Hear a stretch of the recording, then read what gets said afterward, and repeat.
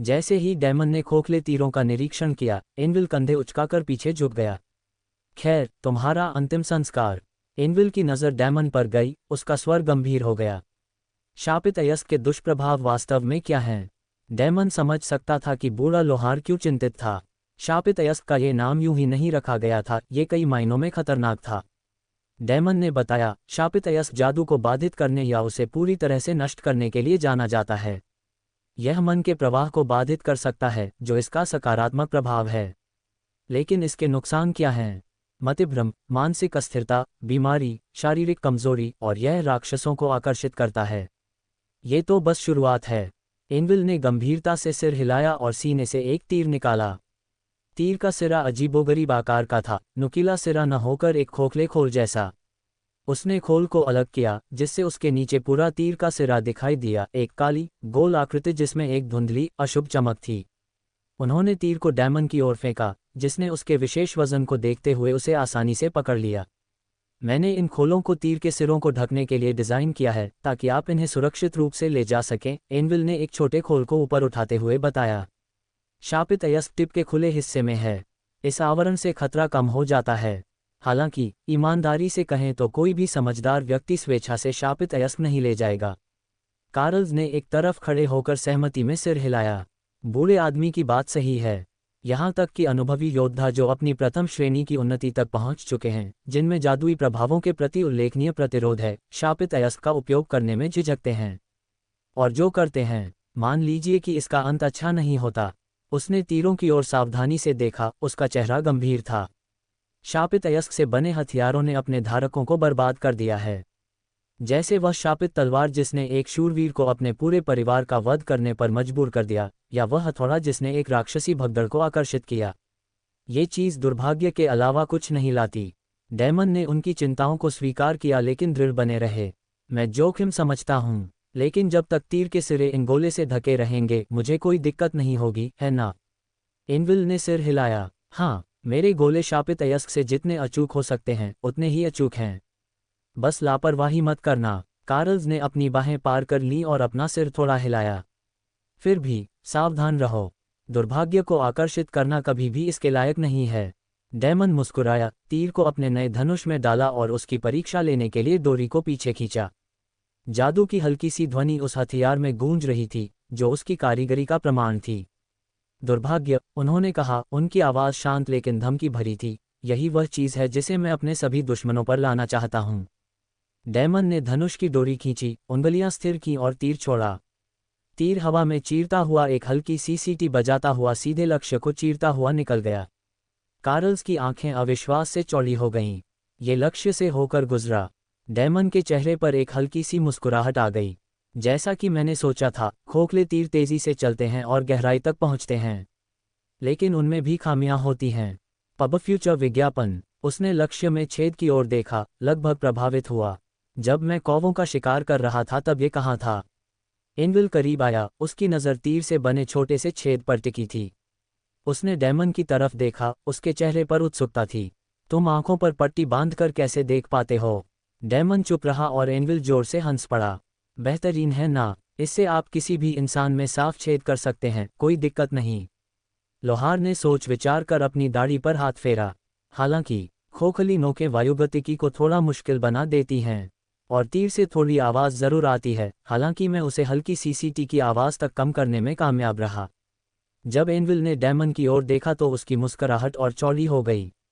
मैं उन्हें सीटी बजाती मौत कहता हूँ। डैमन ने सहमति में सिर हिलाया। बिल्कुल सही नाम है। जब तक कोई सीटी सुनेगा तब तक बहुत देर हो चुकी होगी। और आपने जो सीपियां बनाई हैं, उनकी बदौलत मैं उन्हें धनुष के साथ अपनी जैकेट के नीचे सुरक्षित रख सकता हूँ। कार्ल्स तीर लेकर लौटा, उसका चेहरा पीला पड़ गया था। उसने स्पष्ट अनिच्छा के साथ तीर को डैमन की ओर बढ़ाया, उसे छुड़ाने के लिए उत्सुक। मैं सोच भी नहीं सकता कि कोई इसे हथियार के तौर पर क्यों चाहेगा, लेकिन मुझे उस पर दया आती है जिसे इससे गोली लगती है। शापित अयस्क घाव भरने की प्रक्रिया को भी धीमा कर देता है। एनविल जोर से हंस पड़ा। तुम बहुत डरपोक हो, यहाँ अपने साहसी दोस्त की तरह बनो। कार्ल्स ने उसे घूरा, उसका चेहरा भावशून्य था। अगर मैं भी उसके जैसा होता तो शायद मैं पहले ही मर चुका होता। कार्ल्स की बेचैनी पर एनविल ने सिर हिलाया और हंस पड़ा। डैमन की ओर मुड़कर उसने कहा, मैंने एक विशेष तरकश भी बनाया है जो आपकी वर्दी की जैकेट पर पिन से लग जाएगा, आपके तीरों तक आसानी से पहुंचने के लिए दोनों तरफ एक एक। डेमन ने सिर हिलाया, लोहार के प्रयास की सच्ची सराहना करते हुए। जाहिर है उस आदमी ने अपनी मेहनत से कहीं ज्यादा किया था। इसके बाद एनविल ने एक बेल्ट निकाली और उसे डेमन की ओर उछाल दिया। उसने उसे सहजता से पकड़ लिया और बांध लिया और देखा कि बेल्ट के पीछे दो खंजर क्रॉस की आकृति में रखे हुए थे। दोनों खंजर एकदम सही जगह पर थे, बस पहुंच के भीतर। उत्सुकतावश उसने खंजर निकाले। मंद रोशनी में वे मंद मंद चमक रहे थे, उनकी लाल धातु ने उसका ध्यान खींचा। ब्लेड सामान्य से ज्यादा चौड़े थे और मूठ पर एक बटन जैसी व्यवस्था थी। मैजिसाइट खंजर, एनविल ने गर्व के साथ बताया। वे जादू को अवशोषित कर लेते हैं, जिससे वे जादूगरों के विरुद्ध प्रभावी हो जाते हैं। पकड़ में जहर रखने के लिए एक डिब्बा होता है, बस अपने अंगूठे से बटन दबाएं और आप जो भी जहर उसमें भरेंगे वह बाहर गिर जाएगा। डेमन ने खंजरों की जांच की, उसके होठों पर एक हल्की सी मुस्कान उभर आई। वास्तव में यह एक कपटी हथियार है। एनविल ने सिर हिलाया, उसकी मुस्कुराहट डेमन से मेल खा रही थी। मुझे बस यही अफसोस है कि आप इतने गरीब हैं कि रून शिलालेख नहीं खरीद सकते। इनके साथ ये खंजर जानलेवा कलाकृतियां बन सकते थे। डेमन ने खंजरों को कुशलता से घुमाया और उनके संतुलन और वजन का परीक्षण किया। इससे मेरा बटुआ भी खत्म हो जाता। मजाक के बावजूद वह कारीगरी से खुश हुए बिना नहीं रह सका। हवा में वार करते हुए खंजर उसके हाथों में सहज लग रहे थे, उनका वजन तेज और घातक वार के लिए एकदम सही था। उसने अपनी परछाई पर एक पल के लिए नजर डाली, ये जानने की कोशिश करते हुए कि वह नए हथियारों के बारे में क्या सोचती है। लेकिन वह अभी भी सुप्त अवस्था में थी, आसपास के लोगों से बेपरवाह। मुझे बाद में इसकी राय लेनी होगी। संतुष्ट होकर उसने खंजरों को म्यान में रख लिया और देखा कि वे उसकी वर्दी के नीचे कितनी अच्छी तरह फिट बैठते हैं। अपना लबादा कंधों पर डालते हुए उसने एनविल की ओर देखा। अब ग्रैपलिंग हुक के बारे में क्या? जैसे ही एनविल ने संदूक में हाथ डाला, उसकी मुस्कुराहट शरारती हो गई। हे, तुम्हें ये सबसे ज्यादा पसंद आएगा। उसने एक चीज बाहर निकाली और डेमन की भौहें तन गईं। उसने अपनी आंखों पर बंधी पट्टी थोड़ी नीचे खींची ताकि यह पुष्टि हो सके कि वह क्या देख रहा है। क्या क्या यह कोई ग्रैपलिंग हुक नहीं है? डेमन का आश्चर्य जायज था। उसने अपनी आंखों पर से पट्टी हटा ली ताकि यह सुनिश्चित हो सके कि उसकी परछाई उसे धोखा तो नहीं दे रही।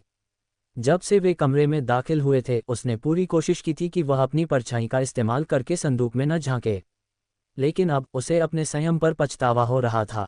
जैसा कि डेमन ने सोचा था, एनविल के हाथ में कोई ग्रैपलिंग हुक नहीं था, बल्कि उसके हाथ में धातु के ब्रेसेस थे जो कलाई पर पहनने के लिए डिजाइन किए गए थे और कलाई से कोहनी तक फैले हुए थे। बूढ़ा लोहार मुस्कुराया, वह स्पष्ट रूप से अपने आप से प्रसन्न था। मेरी उत्कृष्ट कृति को देखो।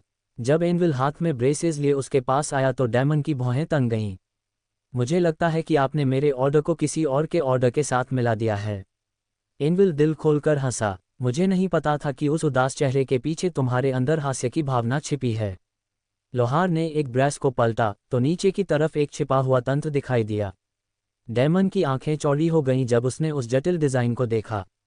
ये घिरनियों की एक श्रृंखला जैसा लग रहा था, जिनमें से एक के चारों ओर पतली डोरियों का एक बंडल लिपटा हुआ था। वह कसम खा सकता था कि तंत्र में स्प्रिंग लगे होंगे, लेकिन उसकी छाया बोध के बावजूद अंदर की कार्यप्रणाली कुछ अस्पष्ट ही रही। ब्रेस के सिरे पर एक छोटा धातु का ब्लेड थोड़ा सा बाहर झांक रहा था। यह क्या है? डेमन ने पूछा, उसकी जिज्ञासा संदेह से भरी हुई थी। जैसे ही एनविल ने स्पष्टीकरण देना शुरू किया, उसकी मुस्कुराहट और चौड़ी हो गई। यह एक हुक है, लेकिन ये सिर्फ चढ़ाई के लिए नहीं है। आप कुछ ऐसा कॉम्पैक्ट चाहते थे जो आपकी वर्दी के नीचे फिट हो सके, इसलिए मैंने ये डिज़ाइन किए। हर हाथ के लिए एक। उन्होंने ब्रेस की नोक पर लगे पतले ब्लेड की ओर इशारा किया। मैंने हुक बनाने के लिए मैगीसाइट के बचे हुए हिस्से का इस्तेमाल किया। ये देखने में तीर के सिरे जैसा लग सकता है, लेकिन जब आप इसे सक्रिय करते हैं तो यह बाहर निकलता है और लक्ष्य पर पिन हो जाता है। पुली और स्प्रिंग रिकॉइल की सुविधा देते हैं और धागा पारंपरिक रस्सी की जगह लेता है। इनसे आप खुद को किसी चीज़ की ओर खींच सकते हैं या किसी चीज़ को अपनी ओर खींच सकते हैं। डेमन ने ब्रेसेस को ध्यान से देखा और उन्हें अपने हाथों में लेकर उलट पलट कर देखा। कारीगरी बेजोड़ थी और उनकी कार्यक्षमता प्रभावशाली लग रही थी। फिर भी वह सतर्क था। यह निश्चित रूप से वह नहीं है जिसकी मुझे उम्मीद थी। एनविल ने उसकी पीठ पर थपथपाया, जिससे वह लगभग आगे की ओर गिर गया। यही इसकी खूबसूरती है, आप देखेंगे। एक बार जब आप इन्हें सीख लेंगे तो आपको आश्चर्य होगा कि आप इनके बिना कैसे रहते थे। एनविल ने डेमन की ओर एक त्वरित नज़र डाली और मुस्कुराया। मैं ये सब समझाने की कोशिश कर सकता था, लेकिन इसमें बहुत समय लग जाता। इसलिए मैंने एक छोटा सा मैनुअल बनाया। इसका इस्तेमाल करना मुश्किल है, लेकिन अगर आप खुद को प्रशिक्षित करते हैं तो ये लड़ाई के दौरान भी काम आ सकता है। पास में खड़े कार्ल्स ने ब्रेसेस को सावधानी से देखा, जबकि डेमन अपनी गहरी, अस्पष्ट आंखों से उनका निरीक्षण कर रहा था। अरे बूढ़े आदमी, मैं समझता हूं कि यह एक हुक है, लेकिन ये तार एक बड़े आदमी को उठाने के लिए पर्याप्त मजबूत नहीं लगते। क्या ये बस टूट नहीं जाएंगे?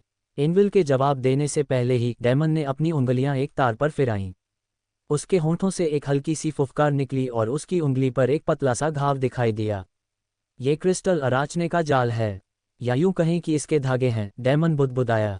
एनविल ने गर्व से सिर हिलाया। राक्षस का जिक्र सुनते ही कार्ल्स का चेहरा पीला पड़ गया।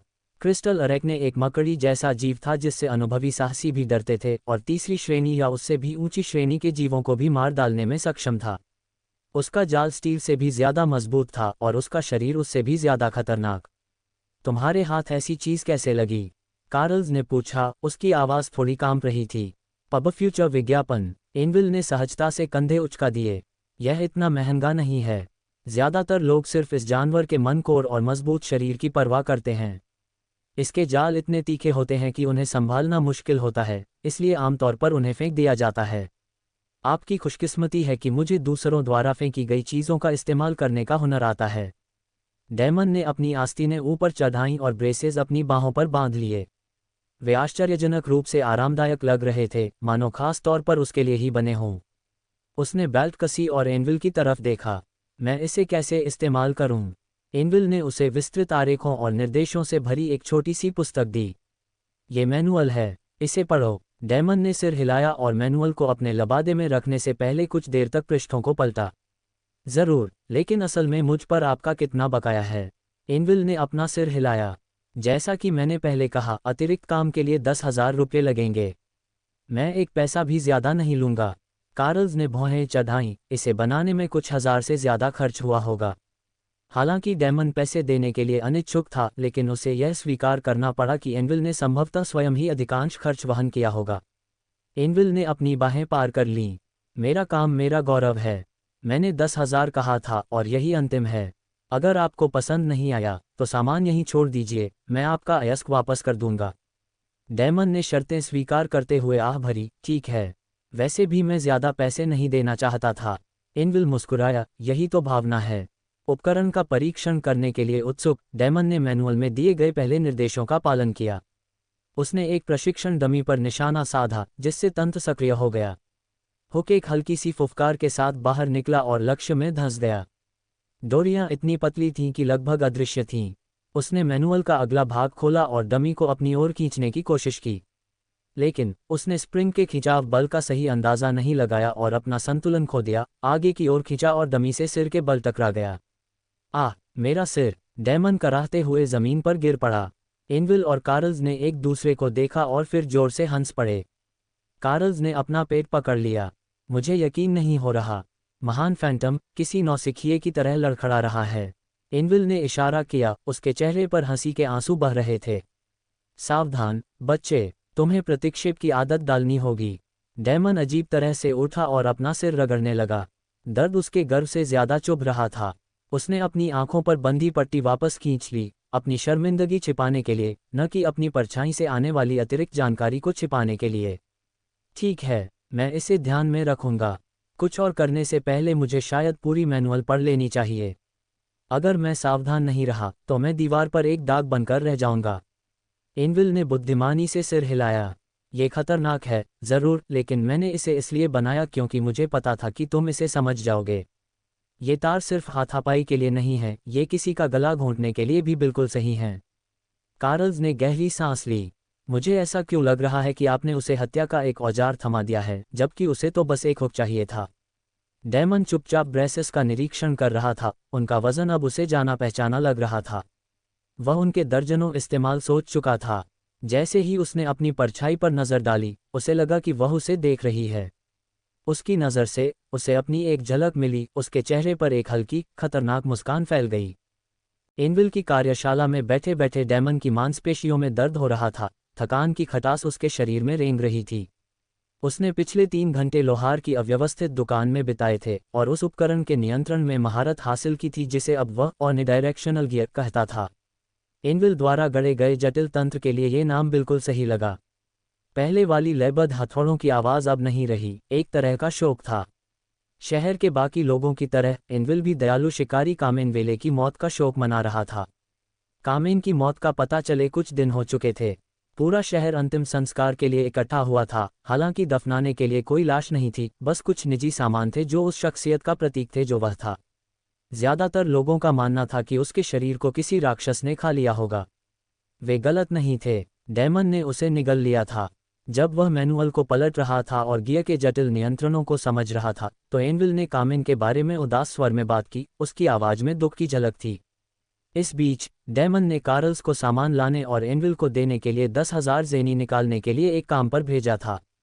लोहार कामेन की मौत में डैमन की भूमिका से बेखबर उस आदमी को याद करता रहा जिसने इतने सारे लोगों के जीवन को छुआ था। डैमन सुन रहा था, उसके सीने में एक असहज सी गांठ सी पड़ रही थी। अपराधबोध, पछतावा, कहना मुश्किल था, लेकिन बूढ़े आदमी के शब्दों ने माहौल को भारी कर दिया। सर्वदिशात्मक गियर में महारत हासिल करना मुश्किल था, लेकिन 3 घंटे के अभ्यास के बाद डैमन को इसकी बुनियादी बातें समझ आ गईं। साधारण गतिविधियों के अलावा कुछ भी खतरनाक लग रहा था, इसलिए उसने इसे एक तरफ रख दिया और कामेन के बारे में और जानने का फैसला किया। वह कार्ल से कुछ विवरण पहले से ही जानता था, जैसे कि कामेन की बेटी आइरिस, जो गुलाबी बालों वाली लड़की थी, का नाम, लेकिन वह और अधिक जानना चाहता था। वह मरने के बाद भी इतनी वफादारी कैसे कर सकता है? ऐसा लगता है जैसे पूरा शहर उसकी मौत से नाराज है, डैमन ने शांत लेकिन उत्सुक स्वर में पूछा। एनविल ने गहरी सांस ली और अपने औजार नीचे रख दिए। सच में, मैं उस आदमी को कभी समझ ही नहीं पाया। वो हमेशा दूसरों के काम में टांग अड़ाता था, लेकिन बुरी तरह नहीं। अगर किसी को मदद की ज़रूरत होती तो वो दौड़ा चला आता, भले ही वो मांगे ही न। और वो ना सुनने को तैयार नहीं होता था। लोहार की आंखें नम हो गईं जब वह आगे बोल रहा था। आप उसे अजीबोगरीब कह सकते हैं, लेकिन वह दयालु था। हमेशा लोगों में अच्छाई देखने की कोशिश करता था, यहाँ तक कि उनमें भी जो इसके लायक नहीं थे। शायद इसीलिए सब उसे इतना प्यार करते थे। एनविल ने डैमन की ओर देखा, उसकी आवाज़ नर्म हो गई। उनका जादू दयालुता में था, और वह जादू इसने सभी को छुआ। डैमन ने धीरे से सिर हिलाया, उसकी आंखों पर पट्टी के नीचे उसका चेहरा गंभीर था। दया पारस्परिक होती है, उन्होंने एक क्षण बाद कहा। एनविल हंस पड़ा, उसके दुख को चीरती हुई एक हल्की सी मुस्कान उभर आई। हाँ, बिल्कुल यही तो वो कहा करते थे। इस शहर में एक भी ऐसा इंसान नहीं है जिसकी उन्होंने पहले मदद न की हो। इस दुनिया ने एक महान इंसान खो दिया है और शायद ये कभी नहीं भर पाएगा। उनके जैसे लोग लाखों में एक होते हैं। हालांकि उसकी आंखें छिपी हुई थीं, डैमन का चेहरा और भी उदास हो गया। एनविल के शब्दों का भार उस पर भारी पड़ रहा था। डैमन के गंभीर व्यवहार को देखकर लोहार फिर बोला, उसकी आवाज़ शांत विश्वास से भरी हुई थी। जानते हो बच्चे, वह भले ही मर गया हो, पर उसे भुलाया नहीं गया है। जिन लोगों की उसने मदद की, वे उसे याद रखेंगे। डैमन ने अपना सिर थोड़ा ऊपर उठाया, ये वाक्यांश उसके दिमाग में गूंज रहा था। मृत लेकिन भुलाया नहीं गया, वह बुदबुदाया, उसके शब्द अर्थपूर्ण थे। डैमन ने गहरी सांस ली और खुद को स्थिर करने की कोशिश की, क्योंकि एक परिचित हलचल उसके पेट में घूम रही थी। उसकी विरासत, वो मर गया, लेकिन पूरा शहर उसके लिए शोक मना रहा है क्योंकि वो दयालु था। अगर मैं मर गया तो किसे परवाह होगी? कोई याद नहीं रखेगा, मैं बस एक और लाश बन जाऊंगा। मेरे माता पिता दयालु थे और गांव उनका बदला कैसे चुकाएगा? पब फ्यूचर विज्ञापन। उसने अपनी मुट्ठियां कस लीं, उसके नाखून उसकी हथेलियों में गड़ गए। लेकिन कामेन वेले अलग है। शायद दयालुता पारस्परिक होती है। जो हो चुका है उसे मैं वापस नहीं कर सकती और न ही प्रायश्चित कर सकती हूँ, लेकिन मैं कोशिश तो कर सकती हूँ बेहतर बनने की। उसने एनविल की ओर देखा, उसके विचार क्षण भर के लिए शांत हो गए। आप जानते हैं, जब मैं बच्चा था तो मैं हीरो बनना चाहता था, डैमन ने धीमी लेकिन स्थिर आवाज में स्वीकार किया। एनविल ने अपनी भौहें उठाईं और फिर जोर से हंसने लगा। क्या हम सब नहीं हैं? वह कपड़े पर अपने हाथ पोंछते हुए चिल्लाया। डैमन इस प्रतिक्रिया से विचलित नहीं हुआ। जैसे जैसे वह आगे बढ़ता गया, उसके चेहरे का भाव गहराता गया। लेकिन रास्ते में कहीं ना कहीं जिंदगी ने मुझे अपनी तमाम परीक्षाओं से टकराया। मुझे लोगों के विश्वासघात से सचमुच नफरत हो गई। दयालुता उन लोगों का प्रतीक बन गई जो जल्दी मर जाते थे। मैं निर्दयता का रास्ता चुनना चाहता था। वह जानबूझकर रुका और अपना सिर नीचे कर लिया। कार्रवाई में कोई हिचकिचाहट नहीं, पछतावे के लिए कोई विराम नहीं। एनविल ने गहरी सांस छोड़ते हुए अपने औजार नीचे रख दिए। तुम इतने उदास होने के लिए बहुत छोटे हो और तुम इतने छोटे हो कि पछतावे करना छोड़ दो। अगर तुम्हें कोई पछतावा नहीं है तो क्या तुम कह सकते हो कि तुमने जिया है? एक बूढ़े आदमी की बात मानो, बिना पछतावे के जिंदगी गुजारना नामुमकिन है। पछतावे के लिए कोई विराम न लेने का मतलब यह नहीं है कि कोई पछतावा नहीं है। मैं समझता हूं कि इसका मतलब है कि पछतावे के बावजूद आगे बढ़ते रहना। डैमन ने शब्दों को आत्मसात करते हुए सिर हिलाया। मुझे लगता है आपके पास बहुत सारे हैं। एनविल मुस्कुराया, उसकी निगाहें दूर थीं। उन्होंने कहा, और मैं इन्हें गर्व के साथ धारण करता हूं। कामेन के पास भी बहुत कुछ था। अपनी जवानी में वह एक परेशान आदमी था, या यूं कहें कि उसे गुस्से की गंभीर समस्या थी। उसने सब कुछ खो दिया था। अपनी पत्नी और बेटों को अपनी आंखों के सामने मरते देखा था। अपना कुलीन घर खो दिया था। सिर्फ अपनी छोटी बेटी के साथ भागने पर मजबूर हुआ था। और फिर भी, इतना सब कुछ होने के बाद भी वह मुस्कुराने में कामयाब रहा। वह आदमी बहुत मजबूत था। डैमन ने फिर से सिर हिलाया, इस बार अधिक दृढ़ता से। सलाह के लिए धन्यवाद एनविल। मैं आपके दृष्टिकोण की सराहना करता हूँ। वास्तव में मैं इसे सलाह नहीं कहूँगा, एनविल ने अपना सिर हिलाते हुए कहा। फिर भी, अब डैमन समझ गया था। उसके पास एक रास्ता था, कामेन का कर्ज चुकाने का उसका अपना तरीका। एक तरह से, भले ही उसने उस आदमी को मार डाला था और खा लिया था, फिर भी कामेन ने उसे बचा लिया था। उसकी दयालुता ने एक छाप छोड़ी थी। अब डैमन पर उस विरासत को आगे बढ़ाने की जिम्मेदारी थी। दयालुता से नहीं, यह उसका तरीका नहीं था। उसके मन में एक अलग विचार था। दरवाज़ा खुला और कार्ल्स एक छोटा सा बंडल लेकर लड़खड़ाते हुए अंदर आया। आह डैमन, तुम तो बहुत गुलाम बनाने वाले हो, उसने शिकायत करते हुए बंडल पास की मेज पर गिरा दिया। मुझे तो ये भी नहीं पता कि तुम्हें हेयर डाई और विस्फोटक बर्फ के क्रिस्टल की क्या जरूरत है। उसने एक थैली एनविल की ओर फेंकी। और ये रहा आउटलेट से तुम्हारा वेतन। अरे, मैं तो थक गया। कार्ल्स ने मुस्कुराते हुए डैमन की ओर देखा। मुझे खुशी है कि तुम मुझ पर इतना भरोसा करने लगे हो कि मुझे अपना सामान लाने के लिए भेजते हो। डैमन ने अपना सिर हिलाया। नहीं, तुम अब भी एक संदिग्ध व्यक्ति हो। मैं बस शहर की छात्र परिषद से टकराने का जोखिम नहीं उठाना चाहता था, बस इतना ही। कार्ल्स ने नकली दर्द से अपनी छाती पकड़ ली। तुमने मेरा दिल तोड़ दिया डैमन। तुम इतने क्रूर कैसे हो सकते हो? डैमन ने उसकी बात अनसुनी करते हुए बंडल उठा लिया। वह खड़ा हुआ, अपनी दुखती मांसपेशियों को तानते हुए, और अपना हुड ऊपर खींच लिया। सब कुछ के लिए धन्यवाद एनविल। अगर मुझे और हथियारों की ज़रूरत पड़ी तो मैं वापस आऊँगा। एनविल ने अपनी बाहें पार करते हुए उपहास किया। ओह, मुझे इसमें कोई शक नहीं है। अब आप बार बार आने वाले ग्राहक हैं। उन खोखले तीरों और ब्रेसेस को रखरखाव की ज़रूरत होगी, इसलिए आप वापस आएंगे। और मैं आपसे बहुत अच्छा पैसा वसूलने वाला हूँ। डैमन ने अपना सिर हिलाते हुए आह भरी। मुझे पता था, ये सच होने के लिए बहुत अच्छा था। आखिरकार, मैं फिर भी पैसा खो रहा हूँ। ये कहते हुए वह मुड़ा और बाहर चला गया। हाथ में बंडल था, उसके मन में एक नया संकल्प आ गया। डैमन कार्ल से बिछड़ गया और बुदबुदाते हुए एक छोटा सा अलविदा कहा। उसे अकेले ही कुछ काम निपटाना था। कुछ बार रास्ता पूछने के बाद वह अपनी मंजिल पर पहुंच गया। अपना हुड नीचे करके उसने अपनी आंखों पर बंधी पट्टी ठीक की। यह एक अजीब सा नज़ारा था, लेकिन इसका असर हुआ। ज़्यादातर लोग उसे अंधा समझते थे और उसकी बात पर ज़्यादा ध्यान नहीं देते थे। वह घर के सामने रुका, जो अथोर के अभयारण्य के एक शांत हिस्से में बसी एक साधारण सी इमारत थी। ऊंची दीवारें और उसके चारों ओर लगे पेड़ घर को एकांत का एहसास देते थे, उसे मुख्य शहर की हलचल से बचाते थे। परिसर में एक बड़ा बगीचा था, जिसकी शांति केवल कभी कभार रात में आने वाले जीवों की चहचहाहट से भंग होती थी।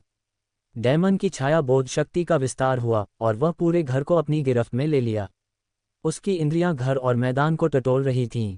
अंदर का हिस्सा खाली था, लेकिन उसका ध्यान बगीचे पर गया। वहां उसे अपना लक्ष्य मिल गया। एक लड़की, शायद उसकी उम्र की या उससे थोड़ी छोटी, एक जले हुए प्रशिक्षण पुतले के सामने खड़ी थी। उसके हाथ जादुई लपटों से चमक रहे थे और वह पुतले पर आग के तेज गोले बरसा रही थी, जिसकी रोशनी से आंगन में क्षणिक परछाइयां पड़ रही थीं। डैमन दीवारों के बाहर रुका रहा, अपने अगले कदम पर विचार कर रहा था। क्या उसे सामने का दरवाज़ा खटखटाना चाहिए? यह विचार उसे बेतुका लगा। उसने झट से उसे टाल दिया। इसके बजाय वह पीछे की ओर चला गया, अभ्यास के साथ आसानी से दीवार फांदते हुए। किनारे पर चलते हुए वह पास के एक पेड़ पर चढ़ गया। पेड़ के नीचे की परछाइयां उसे किसी सुरक्षा कवच की तरह घेरे हुए थीं, जिससे वह लगभग अदृश्य सा हो गया था। पास ही एक शाखा पर एक कौवा बैठा, उसकी पैनी निगाहें उस पर टिकी थीं। डैमन ने अपनी परछाई पर नजर डाली, जो अब और भी गहरी और जीवंत लग रही थी, और धीरे से हिल रही थी, मानो उसकी हरकतों से नाखुश हो रही हो। अरे, क्या मुझे सचमुच ऐसा करना चाहिए? डैमन फुसफुसाया। उसकी परछाई ने अपना सिर हिलाया, स्पष्टतः असहमति जताते हुए। हे भगवान, विश्वास मत के लिए शुक्रिया, डैमन बुदबुदाया। लेकिन मैं फिर भी यह करूंगा। लड़की को अपनी अथक साधना जारी रखते देख उसका दिल धड़क उठा। उसकी गुलाबी लपटें रात को रोशन कर रही थीं, प्रचंड और जीवंत, फिर भी नियंत्रित। डैमन की परछाई अधीरता से हिल रही थी, मानो उसे हिलने के लिए कह रही हो। मुझे 1 मिनट दो, उसने फुसफुसाते हुए कहा, उसकी आवाज़ मुश्किल से सुनाई दे रही थी। ऐसा नहीं है कि मैंने उसके पिता को मार डाला या कुछ और। कौवे ने हल्की काँव-काँव की, मानो कुछ कहना चाहता हो। डैमन ने उसे चेतावनी भरी नज़रों से घूरा। क्रॉफ्ट, कौवा, संकेत समझ गया और चुप रहा। डैमन ने उसके सहयोग के बदले उसे सूखा मांस दिया, जिसे पक्षी ने उत्सुकता से उसके हाथ से छीन लिया। एक और गहरी सांस लेते हुए डैमन को अपने हाथों में हल्का सा कांपता हुआ महसूस हुआ। उसने कभी सोचा भी नहीं था कि वह कामेन वेल की बेटी से मिलेगा। जिंदगी में अप्रत्याशित चुनौतियां आना लाजमी है, और यह कोई अपवाद नहीं था। अब या कभी नहीं, उसने सोचा, खुद को मजबूत करते हुए। लेकिन उसका शरीर हिलने को तैयार नहीं था। उसने खुद को डाल से कूदने के लिए कितना भी जोर लगाया, वह वहीं जम गया। वह हताश होकर अपने होंठ काटते हुए आह भरने लगा। मैं कब से इतना काया हो गया? हे देवी, मुझे ऐसा करने की शक्ति दो। प्रार्थना खोखली लग रही थी।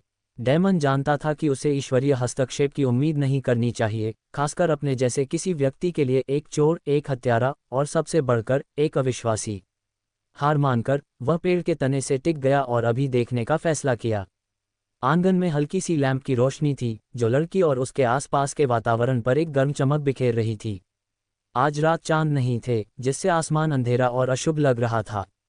सूखे मांस की थैली निकालते हुए डैमन ने उसका एक टुकड़ा ऊपर उठाया। क्रॉफ्ट नीचे उतरा और इनाम लेने के लिए उसके हाथ पर बैठ गया। डैमन की नज़र फिर से लड़की पर पड़ी। वह दृढ़ निश्चय के साथ आगे बढ़ी और डमी पर गुलाबी लपटों के धमाके दागे। हर वार में शक्ति थी, लेकिन उसका रूप खामियों से भरा था।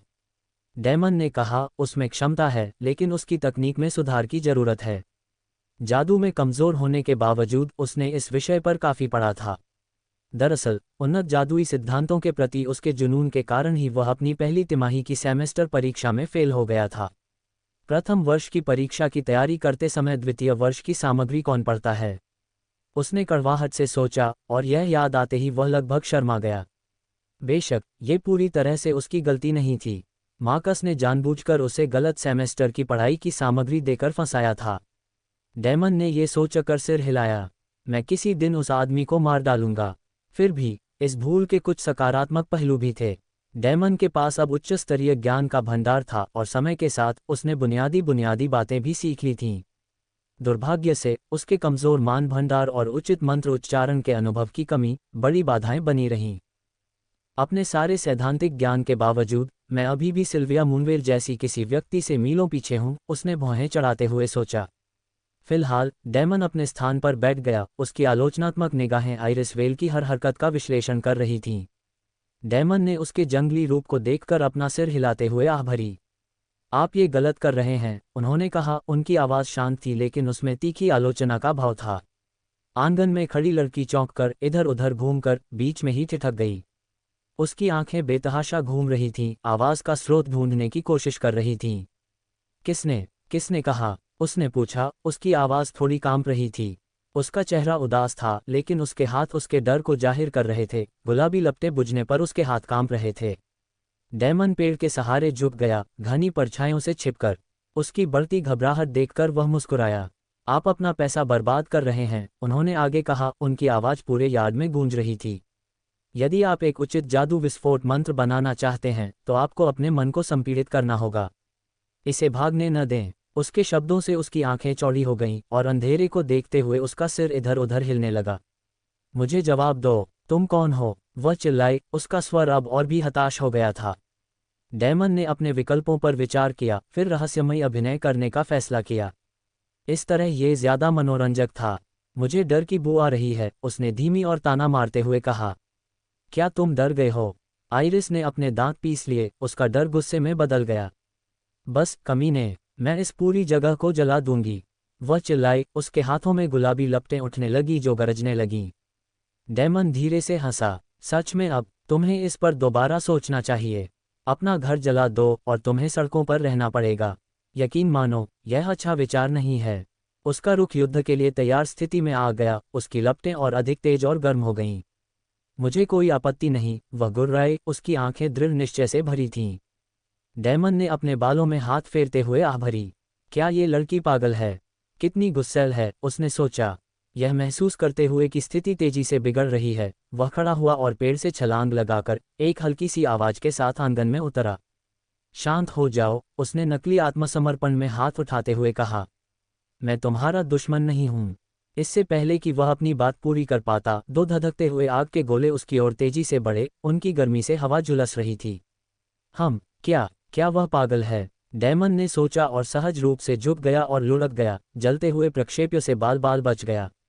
आग के गोले पास के एक पेड़ से टकराए, जिससे उसका तना झुलस गया और रात में अंगारों की बौछार होने लगी। डेमन उछलकर खड़ा हो गया और लड़की को घूरने लगा। तुम पागल हो गए हो क्या? उसने अपने लबादे से कालिक झाड़ते हुए कहा। मैंने तो अभी कहा था कि मैं तुम्हारा दुश्मन नहीं हूं। आइरिस मुस्कुराए, उसकी लपटें उसके हाथों के इर्द गिर्द चमक रही थीं। साबित करो, डेमन मन ही मन कराह उठा। उसने तो ऐसी योजना नहीं बनाई थी।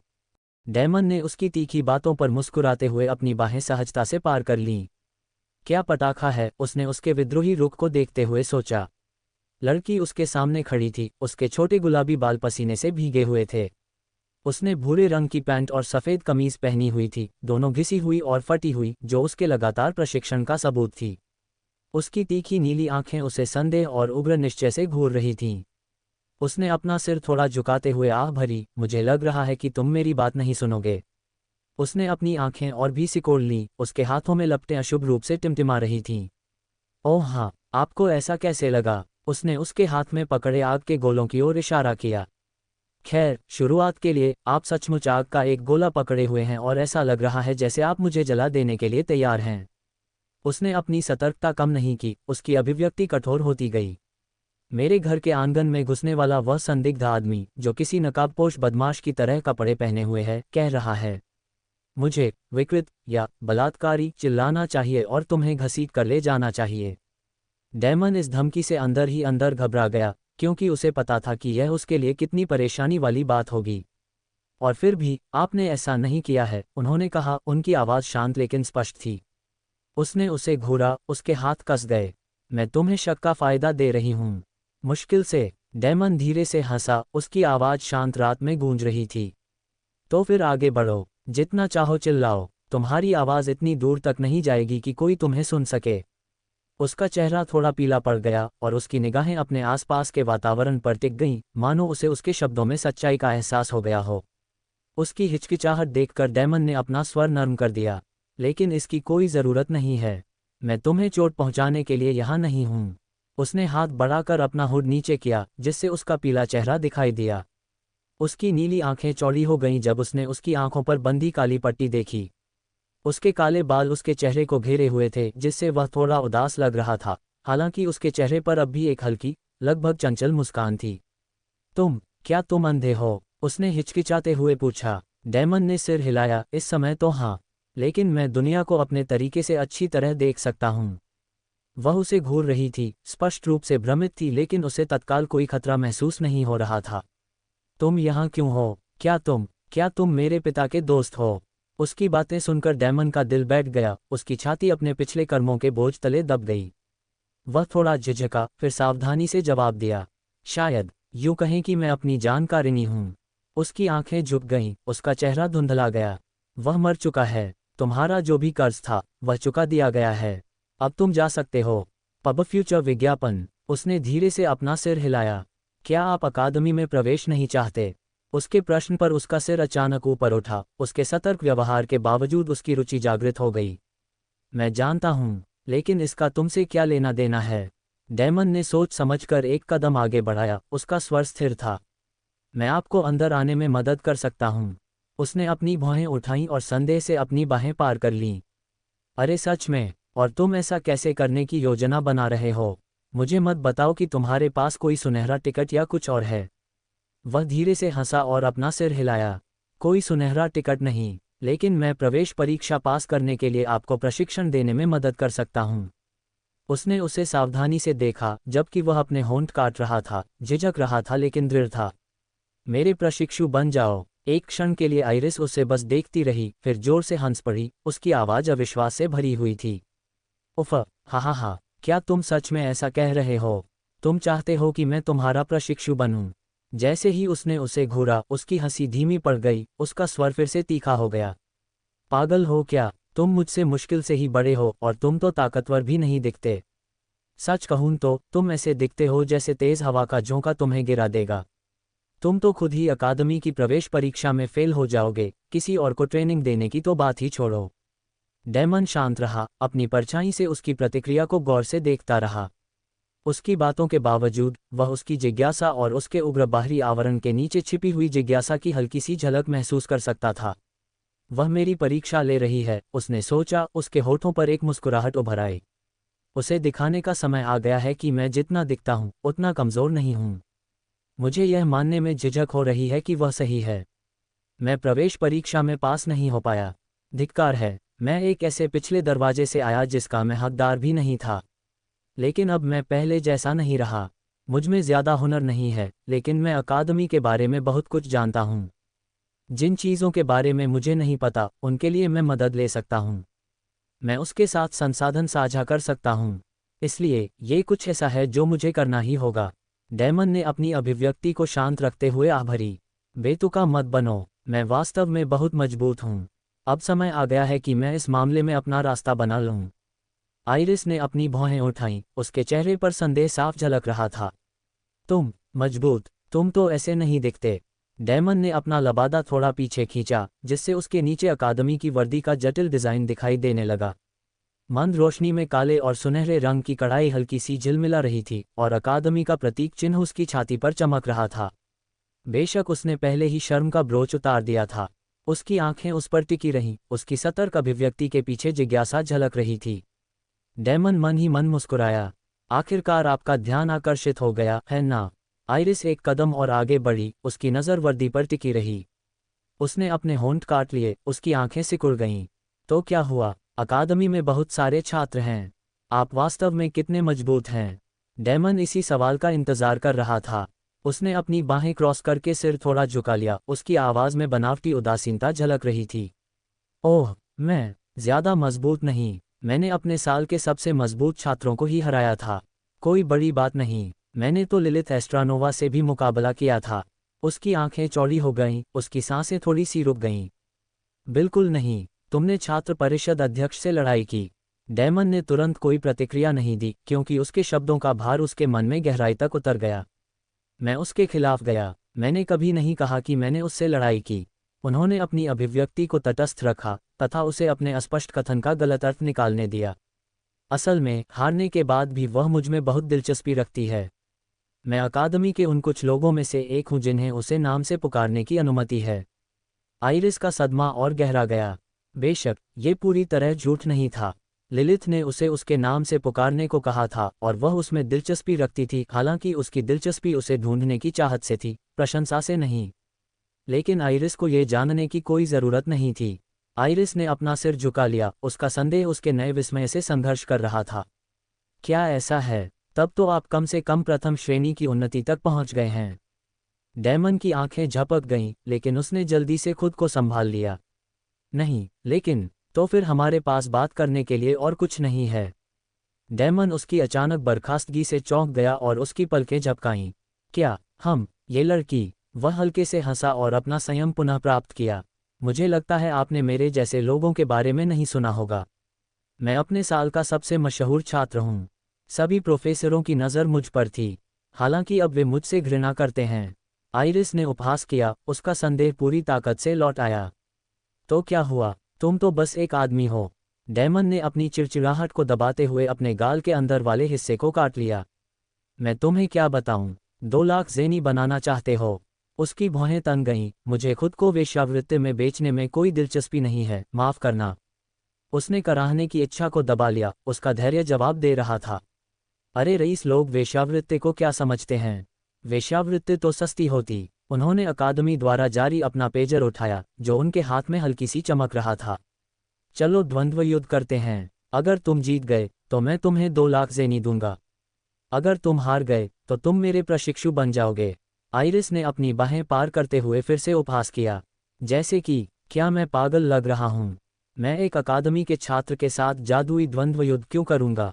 ये तो आत्महत्या है। डेमन बिना विचलित हुए मुस्कुराया। अच्छा, उसे दिलचस्पी है। इस घर को चलाने में उसे पैसे तो लगते ही होंगे। मुझे लगता है कि वह हमेशा लोगों के दान पर निर्भर नहीं रहना चाहती। ओह, लेकिन एक शर्त है। मैं किसी भी तरह का जादू नहीं करूंगा, क्योंकि मैं जादू में बहुत खराब हूं और मेरा मन स्तर भी बहुत कम है। उसने कड़वाहट से सोचा, हालांकि उसके चेहरे पर आत्मविश्वास बना रहा।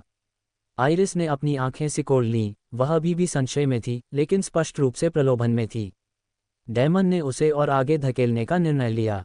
या तुम यहाँ रह सकते हो, शहरवासियों के दान पर गुजारा कर सकते हो। मैं बस अपना पैसा लेकर चला जाऊंगा। तुम जैसे काबिल इंसान के लिए यह आसानी से मिलने वाला पैसा होगा, बशर्ते तुम डरे हुए ना हो, बशर्ते तुम जिंदगी भर परजीवी बनकर रहना न चाहो। आइरिस ने दांत पीस लिए। उसके शब्द उसकी नस पर चोट कर रहे थे। उसके हाथ गुलाबी लपटों से भर गए और उसने उसे घूरा। तुम तैयार हो? स्ट्रीट लैंप की मंद रोशनी से दृश्य मुश्किल से ही रोशन हो रहा था। उनकी हल्की रोशनी रात के अंधेरे को भेदने के लिए संघर्ष कर रही थी। आइरिस अपनी निगाहें डेमन पर गड़ाए रही। उसका संकल्प अटल था। हालांकि उसकी आंखों पर बंधी पट्टी के कारण उसका चेहरा छिपा हुआ था, फिर भी उसे उसकी क्षमताओं का अंदाजा लगाने के लिए उसकी आंखें देखने की जरूरत नहीं थी। उसने जादू न करने का वादा किया था और वह प्रथम श्रेणी की उन्नति तक नहीं पहुंचा था। जीत पक्की थी। उसकी गुलाबी लपटें अंधेरे में चमक रही थीं और पत्थरों पर लंबी परछाइयां बना रही थीं। अगर मैं जीत गया तो मुझे अपने पिता द्वारा छोड़ी गई चीज़ों पर निर्भर नहीं रहना पड़ेगा, या इससे भी बदतर, शहरवासियों की दया पर निर्भर नहीं रहना पड़ेगा। इस विचार ने उसके दृढ़ संकल्प को और मजबूत कर दिया। दूसरी ओर डेमन निश्चिंत खड़ा था, मानो उसे कोई परेशानी न हो। आंखों पर पट्टी होने के बावजूद वह अपनी परछाई की पहचान की वजह से बिल्कुल ठीक देख पा रहा था। अंधेरा उसका साथी था और आइरिस की लपटों की धुंधली परछाइयां उसकी जागरूकता को और बढ़ा रही थीं। रात में उसके पास कोई मौका नहीं है, उसने अपनी मुट्ठियां कसते हुए सोचा। उसके चारों ओर बदलती परछाइयां उसकी लपटों की गतिविधियों का पता दे रही थीं, जिससे यह अनुमान लगाना लगभग हास्यास्पद रूप से आसान हो गया कि वे कहाँ हमला करेंगी। फिर भी मुझे उम्मीद है कि यह सही निर्णय है। उसकी परछाई कुछ पल के लिए टिमटिमाई, मानो उसके विचारों से असहमत हो। डेमन उसकी सूक्ष्म झिड़की को समझे बिना नहीं रह सका। मैं अपने संकल्प से पीछे नहीं हटूंगा, उसने दृढ़ निश्चय के साथ सोचा। मैं तो बस एक अलग तरीका आजमा रहा हूं। ठीक है आइरिस, क्या तुम तैयार हो? उसने शांत और स्थिर स्वर में पूछा। उसकी लपटें और अधिक भड़क उठीं। गुलाबी रंग ने उसके उग्र भाव को और अधिक उजागर कर दिया। पूरी तरह तैयार। तुम नीचे जा रहे हो, बदमाश। डेमन ने आह भरी। उसके स्वर में बनावटी दया थी। मेरी भावनाओं को ठेस पहुंचाने की कोई ज़रूरत नहीं है। मैं खुद को रोक लूंगा ताकि तुम्हें ठेस न पहुंचे। झूठ, उसने खुद से स्वीकार किया। वह बिना जादू के भी पूरी ताकत से लड़ने का इरादा रखता था। बिना जादू के किसी जादुई व्यक्ति से मुकाबला करना एक जोखिम भरा कदम था। ऐसा कदम कोई मूर्ख ही उठाएगा, जब तक कि वह प्रथम श्रेणी की उन्नति तक न पहुंच जाए, जहां उसका भौतिक शरीर मानवीय सीमाओं से आगे निकल जाए। शुक्र है कि डेमन सिर्फ मानवीय शक्ति पर निर्भर नहीं था, उसके पास 5x कौशल था। आइरिस संकेत की प्रतीक्षा में खड़ी थी। उसकी लपटें उत्सुक सांपों की तरह उसके हाथों के चारों ओर लिपटी हुई थीं। 3 की गिनती पर डेमन ने शुरू किया। उसकी आवाज में तनाव साफ झलक रहा था। 1, 2, 3। इससे पहले कि वह गिनती पूरी कर पाता, आइरिस ने गुलाबी लपटों की एक तेज धार छोड़ दी। उसकी गर्मी ज्वार की लहर की तरह उसकी ओर बढ़ रही थी, प्रचंड और बेरहम। तुरंत प्रतिक्रिया देते हुए डेमन ने सर्वदिशात्मक गियर को उसके पीछे की दीवार की ओर उछाल दिया। हुक धातु की खनक के साथ पत्थर पर लग गया और जैसे ही उसने तंत्र को सक्रिय किया, तारों में तनाव और बढ़ गया। उसने गियर के खिंचाव बल को फिर से कम करके आंका। सुरक्षित जगह पर पहुंचने के बजाय डेमन किसी चिथड़े की गुड़िया की तरह अपने पैरों से उछल पड़ा। आग की लपटें उसे बाल बाल बचती हुई आगे की ओर भागी। गति उसे सीधे आइरिस की ओर ले गई। उसका सिर उसके पेट से टकरा गया। आहा, वह हॉर्न फूटी। टक्कर से उसके फेफड़ों से सांसें उखड़ गईं। इस जोर से वे दोनों उसके पीछे की दीवार से जोरदार धमाके के साथ टकरा गए। डैमन कराह उठा, टक्कर से उसका सिर जोर से धड़क रहा था। उसने झटके से अपना सिर झटक दिया और लड़खड़ाते हुए अपने पैरों पर खड़ा हो गया, अपनी कनपटी पकड़े हुए। आउच, मेरा सिर। पब फ्यूचर विज्ञापन। उसने नीचे देखा और ठिठक गया। आइरिस दीवार से टिकी हुई, बिल्कुल बेहोश पड़ी थी। उसके गुलाबी बाल उसके नाजुक चेहरे को घेरे हुए थे, अब उस जबरदस्त दृढ़ संकल्प से रहित जो उसने कुछ क्षण पहले दिखाया था। उद्धरण चिन्ह ... उफ, वह उसकी बेजान हालत को घूरते हुए बुदबुदाया। मेरा ऐसा करने का इरादा नहीं था। उसने अपनी आंख के कोने से अपनी परछाई को हिलते हुए देखा। वह दीवार की ओर बढ़ी और चेहरे पर हाथ मारने जैसा भाव दिखाया और इस खामोश भाव से झुंझलाहट झलक रही थी। एक शब्द भी नहीं, डैमन ने परछाई को घूरते हुए बड़बड़ाया। वह नीचे झुका और आइरिस का निरीक्षण किया ताकि यह सुनिश्चित हो सके कि उसे कोई नुकसान तो नहीं पहुंचा है। वो बस बेहोश हो गई है। अच्छा हुआ, अगर उसे गंभीर चोट लगी होती तो मैं ये सब बताने से बचता। खड़े होकर उसने गियर का हुक खींचा, जो एक हल्की क्लिक की आवाज़ के साथ ब्रेसर में वापस जिप हो गया।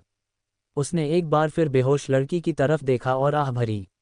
मैंने इस द्वंद्वयुद्ध की ऐसी कल्पना नहीं की थी, उसने अपनी गर्दन के पिछले हिस्से को अजीब तरह से रगड़ते हुए कहा।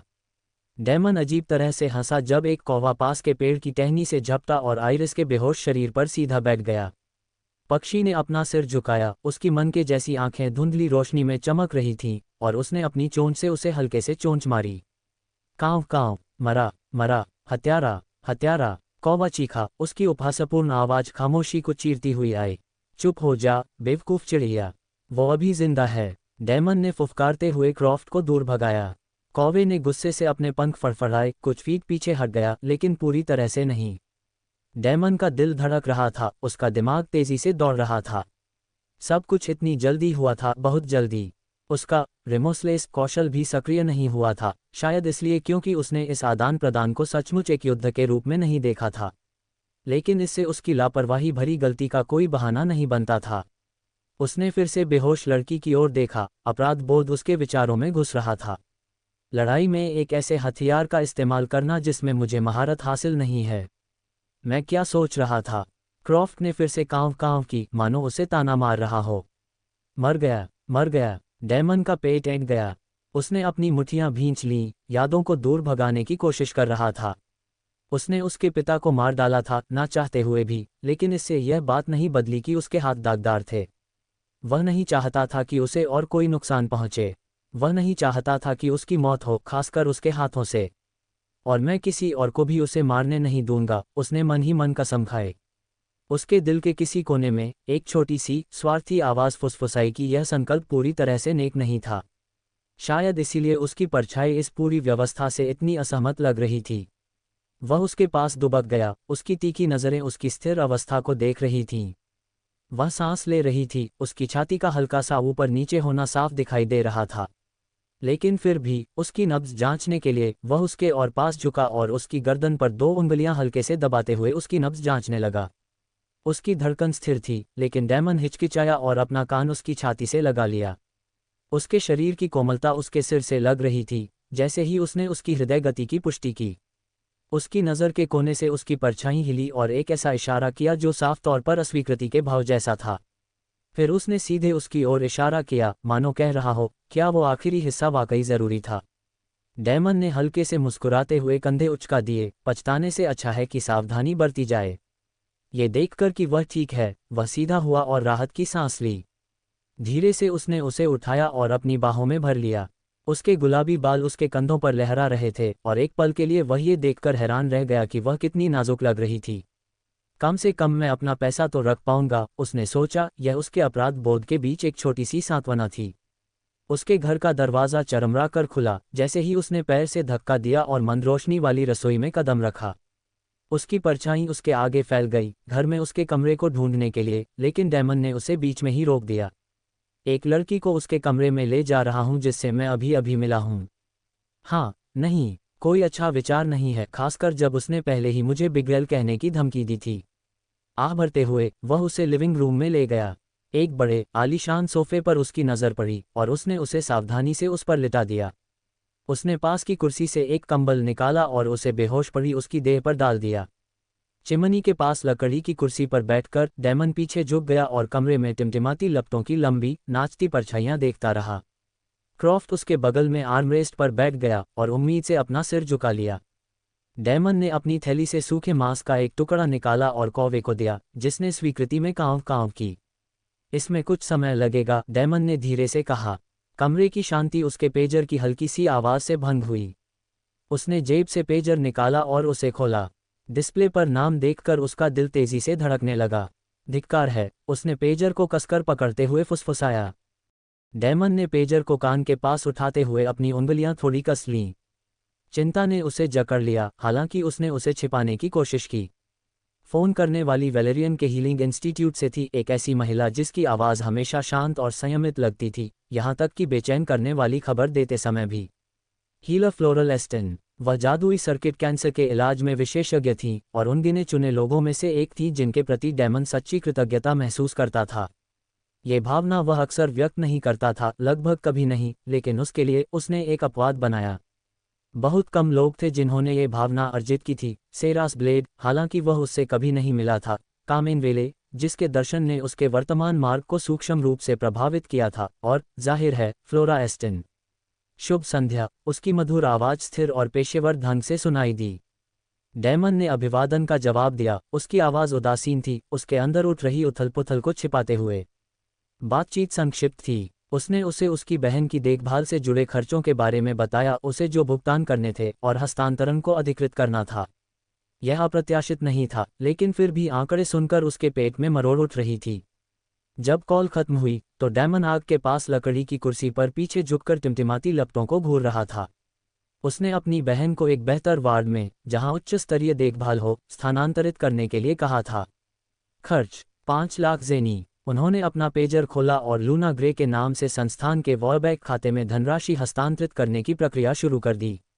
हमेशा की तरह फ्लोरा एस्टन ने यह सुनिश्चित किया कि धनराशि का उचित आवंटन हो।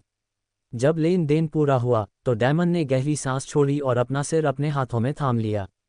उसकी छाती में जकड़न महसूस हुई, राहत और निराशा का मिला जुला भाव उसके विचारों में उमड़ रहा था। मेरी किस्मत जरूर चमक रही होगी। अगर जैंडर के साथ द्वंद्व युद्ध न होता तो मैं छोटा पड़ जाता।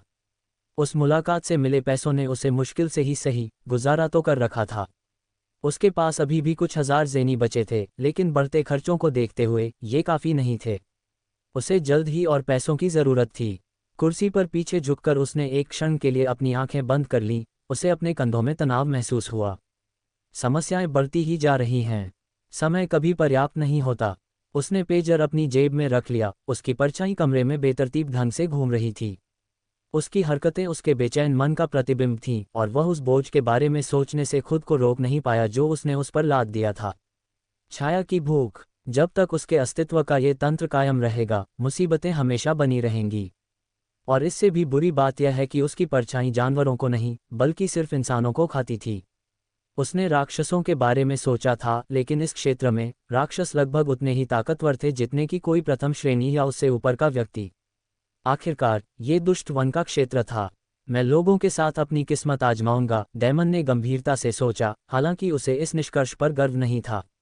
उसे अंदर ही अंदर शक था कि राक्षस का मांस भी परछाई की भूख नहीं मिटा पाएगा। यह कोई शारीरिक जरूरत नहीं थी, यह एक सहज प्रवृत्ति थी, आदिम और निर्विवाद, जैसे किसी शिकारी की शिकार करने की इच्छा। मैं इससे बाद में निपट लूंगा। अभी मुझे अपनी ऊर्जा वापस पाने पर ध्यान केंद्रित करना है। मेरी आधी छाया ऊर्जा भंडार खत्म हो चुकी है। मुझे जल्द ही उसे फिर से भरना होगा। डैमन आग के पास बैठा, नाचती लपटों को घूर रहा था। कमरे में परछाइयां झुक रही थीं और फैल रही थीं, जटिल आकृतियां बना रही थीं जिन्हें वह बेपरवाह जिज्ञासा से देख रहा था। इससे उसका मन अपनी बहन के विचारों में भटकने से बच गया। अगर वह इस बारे में ज्यादा सोचता तो शायद वह बिना किसी योजना के राजधानी की ओर दौड़ पड़ता। समय यूं ही बीतता गया।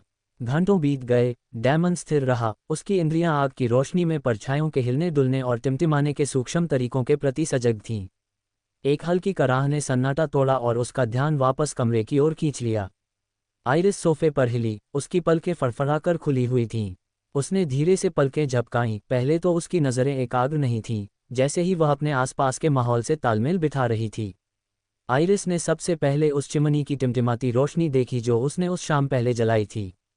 कमरा धुंधला था, बस नाचती हुई लपटों से रोशन था।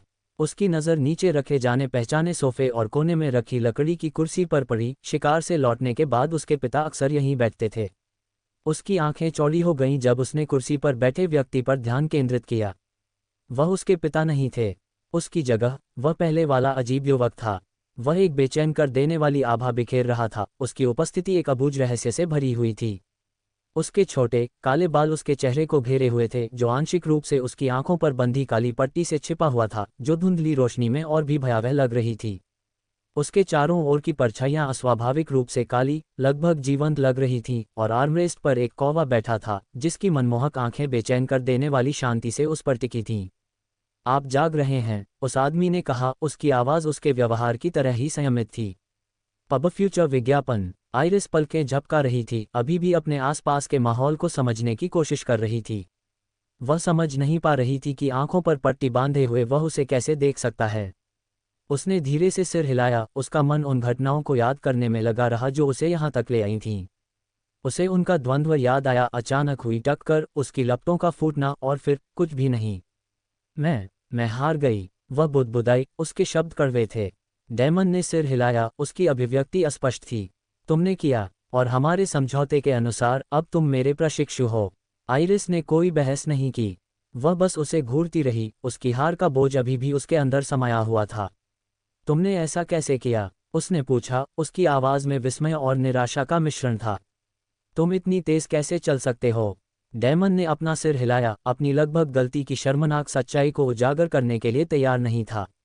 मैं तेज नहीं हूं, तुम बस धीमे हो। आइरिस ने गहरी सांस ली, और उसके दर्द से कराहते शरीर ने विरोध जताया। तुम कौन हो? तुम्हारा नाम क्या है? और तुम मेरे पिता को कैसे जानती हो? डेमन को इन सवालों की उम्मीद थी, लेकिन वह पूरी तरह ईमानदार नहीं हो सका। मेरा नाम डेमन ग्रे है, उसने सहजता से जवाब दिया। जहां तक तुम्हारे पिता की बात है, जैसा मैंने कहा, मैं उनका जीवन भर ऋणी रहूंगा। उसने सिर हिलाया, हालांकि उसका संदेह अभी भी बना हुआ था। उसने उससे कुछ और सवाल पूछे, और डेमन ने सोच समझकर आधे अधूरे सच के साथ जवाब दिया, और ऐसी किसी भी बात को नज़रअंदाज कर दिया जिससे उसकी कहानी उलझ सकती थी। पूछताछ से थक जाने और बातचीत के खतरनाक स्तर की ओर बढ़ने का एहसास होने पर उसने उसका ध्यान दूसरी ओर मोड़ने का निर्णय लिया। मैं 3 घंटे से आपका मेहमान हूं, उसने हल्की सी मुस्कान के साथ कहा। क्या मुझे कम से कम चाय तो नहीं मिल सकती? आइरिस ने भौहें चढ़ाईं। दरअसल तुमने खुद को अंदर बुलाया था। डेमन धीरे से हंसा। ये देखकर अच्छा लगा कि तुम फिर से जिंदा दिल हो, लेकिन यह मत भूलना, अब तुम मेरे प्रशिक्षु हो। आइरिस ने आह भरी, उसकी अनिच्छा साफ दिखाई दे रही थी। ठीक है, कोई बात नहीं, मैं चाय बनाती हूँ। डेमन को उसकी अनिच्छा भरी सहमति मज़ेदार लगी। अच्छी लड़की। रसोई की ओर जाने से पहले उसने उसे घूर कर देखा। क्या आपको चाय पसंद है, मिस्टर डेमन? नहीं, और आप मुझे मास्टर कह सकते हैं। आइरिस ने फिर उसे घूरते हुए पलट कर देखा। उसका स्वर तीखा था। जरूर, मैं ऐसा ही करूंगी। तुम मुझसे ज्यादा बड़े नहीं हो। डेमन मुस्कुराया। ठीक है, फिर तो मुझे लगता है कि डेमन ठीक रहेगा। लेकिन मिस्टर, शब्द छोड़ दो। आइरिस ने रूखेपन से सिर हिलाया और रसोई में व्यस्त हो गई। कुछ ही देर में वह चाय का एक बर्तन और ट्रे पर सजे 2 कप लेकर लौट आए। डेमन ने सहजता से बर्तन उठाया और दोनों के लिए चाय डाली। उसने कप को अपने होंठों से लगाया और उसकी गर्माहट का आनंद लेते हुए उसे नीचे रख दिया। जब उसने ऊपर देखा तो आइरिस उसे घूर रही थी, उसकी मुट्ठियां कसकर बंद थीं। क्या आप कुलीन हैं? उसने पूछा। उसका स्वर ठंडा और आरोपात्मक था। डेमन ने उलझन में अपना सिर झुकाया। नहीं, मैं नहीं हूं। आइरिस अचानक खड़ी हो गई, उसकी आंखें सिकुड़ गईं। झूठा। डेमन उसके अचानक भड़कने से अचंभित रह गया। उसके स्वर की तीक्ष्णता और आंखों में क्रोध अप्रत्याशित था। उसकी भावनाएं बिना किसी पूर्व सूचना के उबल पड़ीं, जिससे वह क्षण भर के लिए अवाक रह गया। ऐसा आक्रोश उसने पहली बार नहीं देखा था। वह उस नज़र को पहचान गया। वह ऐसी नज़र थी जिससे वह अच्छी तरह वाकिफ था। मैं कोई कुलीन व्यक्ति नहीं हूं, डेमन ने अपनी कुर्सी पर पीछे झुकते हुए शांतिपूर्वक कहा। मुझे नहीं लगता कि आपने कभी ग्रे नाम के किसी कुलीन परिवार के बारे में सुना है ना? आइरिस को यकीन नहीं हुआ। उसकी नज़र सामने रखे चाय के कप पर गई। उसके होंठ एक पतली सी रेखा में सिकुड़ गए। लेकिन तुम्हें ऐसा करना ही होगा, उसने जोर देकर कहा। चाय की वो तहजीब, सिर्फ रईस लोग ही इस तरह की नज़ाकत की परवाह करते हैं। डेमन ने उलझन में अपना सिर थोड़ा झुकाया। चाय का शिष्टाचार? हाँ, उसने झट से कहा। जिस तरह से तुम कप पकड़ते हो, चाय डालते हो, सब कुछ एक नेक परवरिश की निशानी है। चाय का कप नीचे रखते हुए डैमन ने धीरे से हंसते हुए कहा, मैं आमतौर पर इसी तरह चाय पीता हूँ। मेरी माँ इस बारे में बहुत खास थीं। उसने आह भरी, लेकिन नहीं, मैं निश्चित रूप से कुलीन नहीं हूँ। आइरिस ने उसे गौर से देखा, उसकी भौहें अनिश्चितता से सिकुड़ी हुई थीं। एक लंबे विराम के बाद उसने अपने होंठ काटे और कंधे थोड़े झुके हुए बैठ गई। मैं अपने गुस्से के लिए माफ़ी मांगती हूँ, उसने धीरे से कहा, अब उसकी आवाज़ धीमी हो गई थी। डैमन ने सिर हिलाकर कहा, कोई बात नहीं, पर तुम तो बहुत गुस्सैल हो। उसके गाल लाल हो गए और वह उसकी नज़रों से बचने लगी। लगता है आपको रईस लोग ज़्यादा पसंद नहीं हैं, उन्होंने तटस्थ स्वर में कहा। उसके चेहरे पर तुरंत उदासी छा गई और उसकी मुट्ठियां उसकी गोद में भिंच गईं। मुझे उनसे नफरत है, उसने दांत पीसते हुए कहा। उसकी आवाज़ की तीव्रता ने डैमन के दिल को छू लिया, उसे एक अजीब सा एहसास हुआ। ऐसा लग रहा था जैसे किस्मत को अजीबोगरीब खेल खेलने में मज़ा आ रहा हो। कुछ समय पहले उसने उसके पिता से भी कुछ ऐसा ही कहा था। उसे उस आदमी का जवाब याद आया, शांत लेकिन दृढ़, और उसने उसे अपने तरीके से जवाब देने का फैसला किया। मैं भी उनसे नफरत करता हूँ, डैमन ने स्थिर स्वर में कहा। आइरिस ने आश्चर्य से पलकें झपकाईं। उसका सिर थोड़ा झुका हुआ था और वह उसके चेहरे को ध्यान से देख रही थी, किसी भी तरह की कपटता की तलाश में। वह मंद मंद मुस्कुराया। क्या वे बेकार हैं? वे लोगों के साथ बहुत बुरा व्यवहार करते हैं। मैं सोच भी नहीं सकता कि कोई उन्हें क्यों पसंद करेगा। उसके होंठ हल्के से ऊपर की ओर उठे, हालांकि उसका गुस्सा अभी पूरी तरह से ठंडा नहीं हुआ था। जैसे ही डैमन ने फिर से अपना चाय का कप उठाया, उसने सहमति में सिर हिलाया। तुम उनसे नफरत क्यों करती हो? उसने अपने कप के ऊपर से उसकी ओर देखते हुए पूछा। क्या आप पूर्व कुलीन नहीं हैं? आपके बूढ़े पिता को उनसे कोई समस्या नहीं थी? Pub future ads. आइरिस का जबड़ा कस गया और उसकी मुट्ठियां और भी कस गईं। गिर गया महान, उसने कड़वाहट से सुधार किया। हम एक जैसे नहीं हैं। मेरे जैसे लोगों के साथ आम लोगों से भी बुरा व्यवहार होता है। पहले तो आम लोग भी हमें पसंद नहीं करते थे। डैमन ने बिना किसी आश्चर्य के सिर हिलाया। जिस दुनिया में वे रहते थे उसकी कठोर पदानुक्रम व्यवस्था को देखते हुए यह एक अनुमानित परिणाम था। आइरिस का चेहरा हताशा से विकृत हो गया। हम इस मुसीबत में रईसों की वजह से फंसे हैं। उन्होंने मेरे पिता को फंसाया और हमारा सब कुछ छीन लिया। वे सब दोमुहे पाखंडी हैं।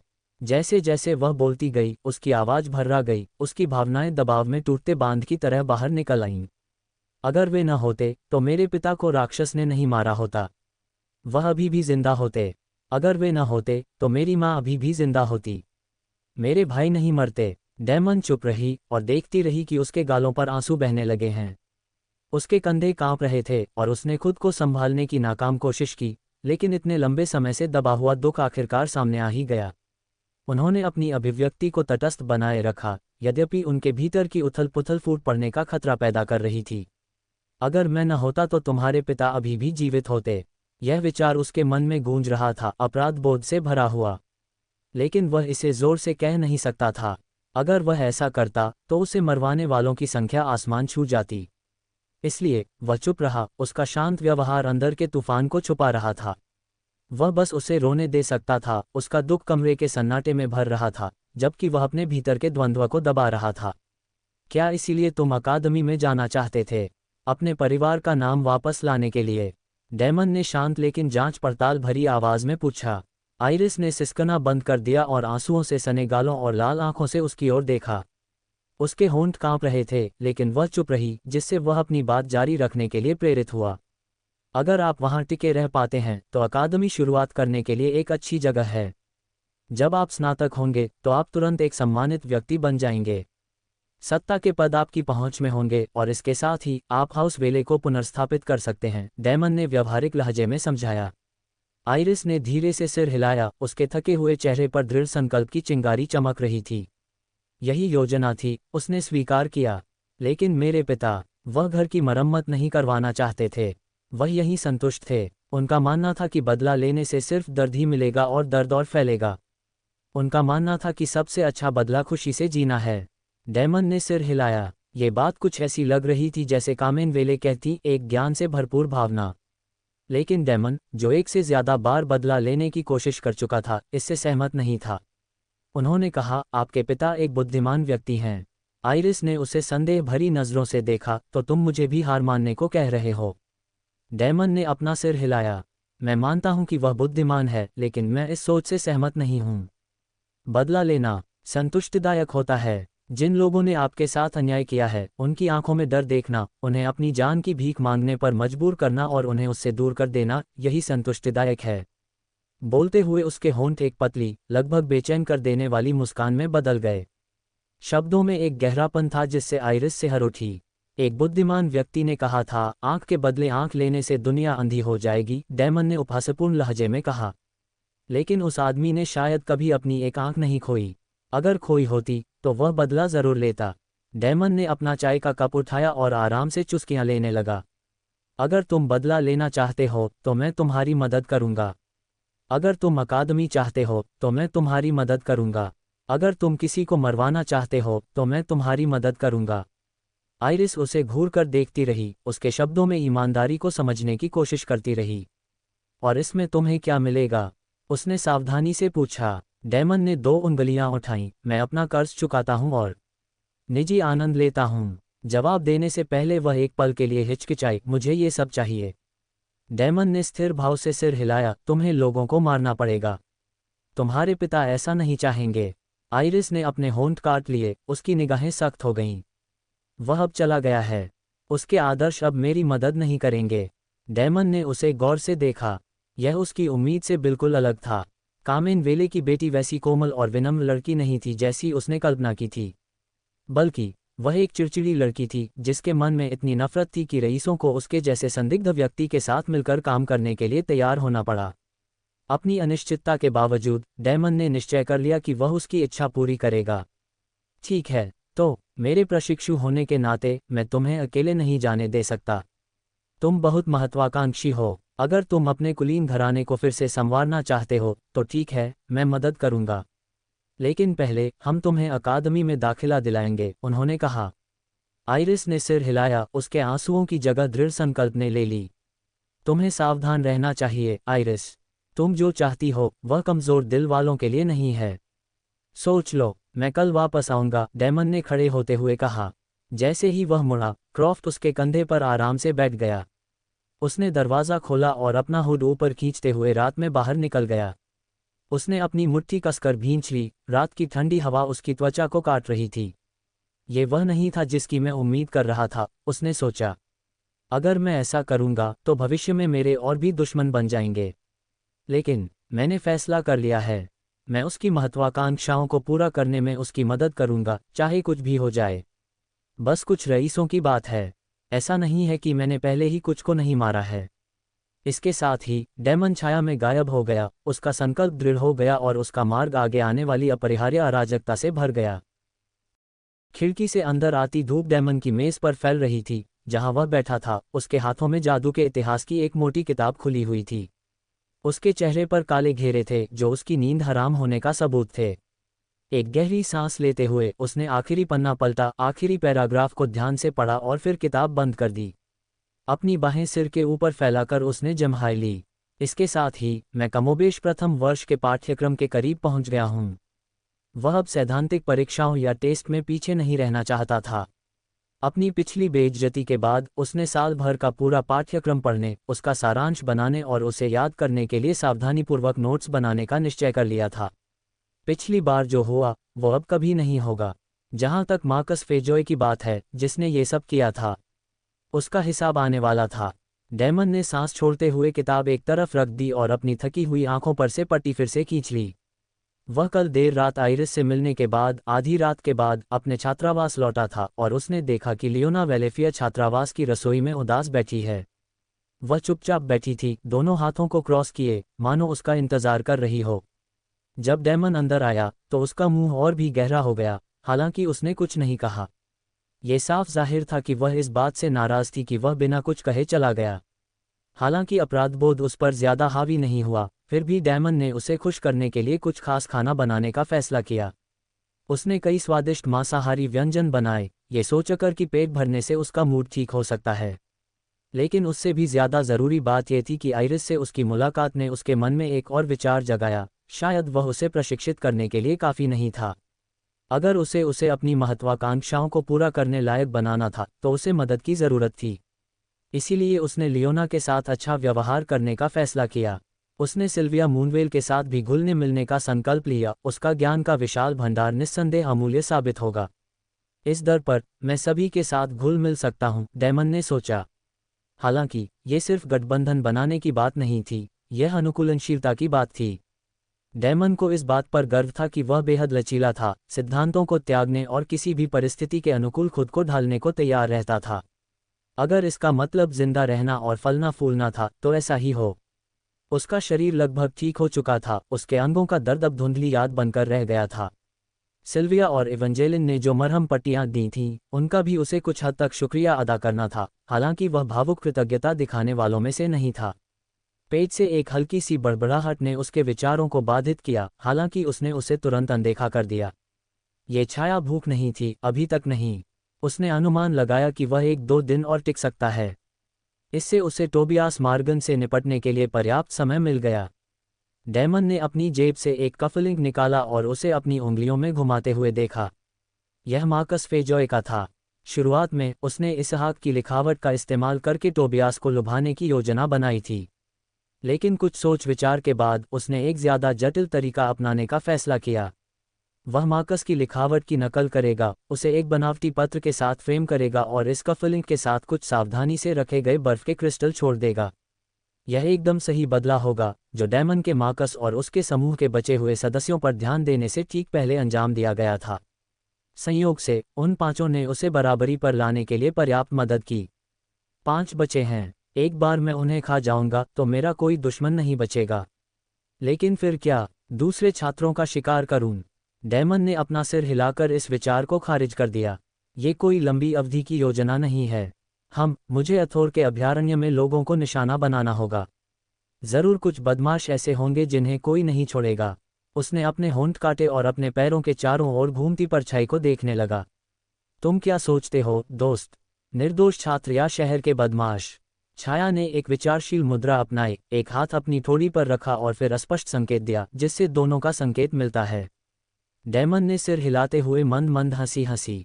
मुझे तुमसे कोई नैतिकता की उम्मीद नहीं करनी चाहिए, लेकिन कोई बात नहीं, मुझमें भी ज्यादा नैतिकता नहीं है। फिर भी उन्होंने जोखिमों का सावधानीपूर्वक आकलन किया। अगर हम शहर में जाते हैं तो हमारे और भी दुश्मन बनने का खतरा है। और कौन जाने, हो सकता है कि ये दुश्मन उम्मीद से ज्यादा ताकतवर हों। लेकिन निर्दोष छात्रों की हत्या करना, ये गलत है, कम से कम पारंपरिक नश्वर कानून के हिसाब से तो। इसके अलावा इससे कुलीन परिवारों और अकादमी प्रशासन का गुस्सा भड़क सकता है। छाया बेचैनी से हिल रही थी, मानो उसके शब्दों पर विचार कर रही हो। डेमन मुस्कुराया, इसके बजाय कुछ राक्षस का मांस कैसा रहेगा? इस पर छाया उसकी ओर दौड़ी और अपना सिर जोर से हिलाते हुए, अपनी छाती फुलाते हुए तथा अपनी मांसपेशियों को अत्यधिक रूप से खींचते हुए उसकी ओर बढ़ी।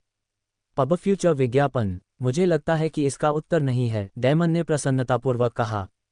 जैसा कि उम्मीद थी। इसके अलावा इस क्षेत्र में हमारा सामना जिस भी राक्षस से होगा, वह मुझे कुछ ही सेकंड में मार सकता है।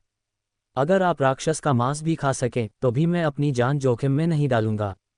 मैं केवल 80% जीतने की संभावना के साथ ही जुआ खेलता हूं। फिर भी वह छाया भूख की क्रियाविधि के बारे में सोच रहा था।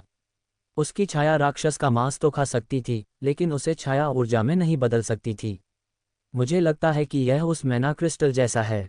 मैं विशेषता अंक तो पा सकता हूं, लेकिन छाया ऊर्जा नहीं, या शायद सिर्फ एक स्टेट में बढ़ोतरी। उसने फिलहाल इस विचार को एक तरफ रख दिया। सिद्धांतों की परीक्षा लेना एक बात थी, लेकिन अपने अस्तित्व की कीमत पर नहीं। डेमन का जवानी में मरने का कोई इरादा नहीं था, इसलिए राक्षसों से लड़ना तो बाद में हो सकता है। डेमन अपनी कुर्सी से उठा, पिछली रात की घटनाएं अभी भी उसके दिमाग में घूम रही थीं। वह बाथरूम में गया और तरोताज़ा होकर बाहर आया, उसके बालों में पानी की बूंदें चिपकी हुई थीं। क्रॉफ्ट कौवा अभी भी तकिए पर ऊँघ रहा था, उसके पंख नींद से फड़फड़ा रहे थे। उसने जल्दी से कपड़े पहने, अपनी वर्दी को कुशलता से कसते हुए ब्रोच को अपनी छाती पर लगाया। जैसे ही उसने दरवाज़ा खोला, हल्की सी चरमराहट से क्रॉफ्ट हिल गया, जिसने तुरंत अपने पंख फड़फड़ाए और डेमन के कंधे पर आकर बैठ गया और अपनी सामान्य जगह पर बैठ गया। नीचे की मंजिल पर डाइनिंग हॉल में उतरते हुए डेमन ने देखा कि वहां सन्नाटा पसरा हुआ है। रईस अभी भी जाग रहे थे, जिससे उसे अपने लिए जगह मिल गई। उसने खिड़की के पास एक मेज चुनी और खाने के लिए तैयार होकर बैठ गया। जैसे ही उसने पहला निवाला लिया, एक जानी पहचानी उपस्थिति ने उसके होश उड़ा दिए, लियोना वेलेफियर। उसके अंदर आने से पहले ही उसकी परछाई उसके सामने मंडरा गई, उसकी सुनहरी आंखें उस पर टिकी थीं। पास आते हुए उसने कुछ नहीं कहा, उसकी हमेशा की तरह तेज ऊर्जा गायब थी। डेमन ने आह भरी, उसे याद आया कि कैसे उसने पिछली रात उसका मूड ठीक करने के लिए उसके लिए खाना बनाया था। उसने तो उस एहसान का बदला चुकाने की भी कोशिश नहीं की थी। उसे इतना चुप देखना अजीब था, लेकिन उसने पहले ही उसे अपने पास रखने का फैसला कर लिया था। अगर वह आइरिस को ठीक से प्रशिक्षित करने वाला था तो लियोना की युद्ध कुशलता काम आ सकती थी। हेलो बेस्टी, उसने आखिरी शब्द बड़ी मुश्किल से छुपाई हुई बेचैनी के साथ कहा। लियोना के कान खड़े हो गए, उसका मूड साफ तौर पर खुशनुमा हो गया और उसके चेहरे पर एक चमकदार मुस्कान फैल गई। उसकी सुनहरी आंखें खुशी से चमक उठीं। तुमने अभी क्या कहा? डेमन कुछ कह पाता उससे पहले ही एक नौकरानी खाने से लदी एक बड़ी ट्रॉली लेकर आ पहुंची, जिससे पल भर में ही सब कुछ थम गया। इस ध्यान भटकाने वाले पल के लिए आभारी, डेमन ने खाने की ओर इशारा किया। चलो खाना खाते हैं, उसने उसकी उम्मीद भरी निगाहों से बचते हुए सपाट स्वर में कहा। जैसे ही उन्होंने खाना शुरू किया, डेमन के विचार भटकने लगे। मुझे लगता है मैं उसका इस्तेमाल कर सकता हूँ, हालांकि मुझे उसकी सनक सहनी पड़ सकती है। ऐसा नहीं है कि मैं पहले से ही ऐसा नहीं कर रहा हूँ। आइरिस, मैं तुम्हारे लिए सचमुच कुछ भी कर सकता हूँ। सूरज आसमान में ऊंचा था, उसकी किरणें कक्षा की खिड़कियों से छनकर आ रही थीं। हालांकि डेमन रोशनी से बचता हुआ पीछे एक अंधेरे कोने में आराम से बैठा था। नींद के बोझ तले दबे होने के कारण उसका सिर थोड़ा झुक गया, हालांकि उसकी उंगलियां सिल्विया द्वारा दिए गए एक छोटे से नोटपैड से खेल रही थीं। नोटपैड में जानवरों को वश में करने वाली किताबों के सारांश थे, जिनमें सिल्विया द्वारा उस कौवे को प्रशिक्षित करने के लिए सावधानीपूर्वक निर्देश लिखे थे, जिसे उसने उसे गोद लेने के लिए लगभग मजबूर कर दिया था। उसने आह भरी, ये याद करते हुए कि कैसे उसने उसे पक्षी लेने के लिए मजबूर किया था। किसी चीज़ ने उसके पैर को छुआ, जिससे वह अपने विचारों से बाहर आ गया। नीचे देखते हुए उसने क्रॉफ्ट नामक कौवे को देखा, जो अपनी चोंच में कागज का एक लुढ़का हुआ टुकड़ा घसीट रहा था। डेमन नीचे झुका, कागज उठाया और क्रॉफ्ट को मांस का एक टुकड़ा इनाम में दिया। कौवे ने उत्सुकता से उसे झपट लिया और पल भर में उसे खा गया। कागज खोलते ही डेमन ने देखा कि यह सिल्विया का एक और पत्र था। उसने कक्षा के सामने की ओर देखा, जहां सिल्विया इवांगेलिन के बगल में बैठी थी। उसने उसकी नज़रें पकड़ लीं और धीरे से सिर हिला दिया। पत्र में कोई सार्थक विषय वस्तु नहीं थी, ये तो बस एक चल रहे प्रशिक्षण अभ्यास का हिस्सा था। सिल्विया क्रॉफ्ट को संदेश देना सिखा रही थी और वे सुबह से ही कक्षाओं के दौरान भी अभ्यास कर रहे थे। शुरुआत में समूह एक साथ बैठा था और कौवे की बुद्धि की परीक्षा लेने के लिए मेज के एक तरफ से दूसरी तरफ कलम घुमा रहा था। क्रॉफ्ट ने अपनी मानवीय बुद्धि से उन्हें प्रभावित करते हुए सराहनीय प्रदर्शन किया था। कैफेटेरिया में दोपहर के भोजन के बाद उनका समूह प्रशिक्षण को आगे बढ़ाने के लिए अलग हो गया। इस बार लक्ष्य ये था कि क्रॉफ्ट प्रोफेसर को परेशान किए बिना चुपचाप पत्र पहुंचाए। इसीलिए सिल्विया और इवांगेलिन अब डेमन के पास नहीं बैठती थीं। अब उसके बगल में केवल लियोना और आश्चर्यजनक रूप से ज़ैंडर ही थे।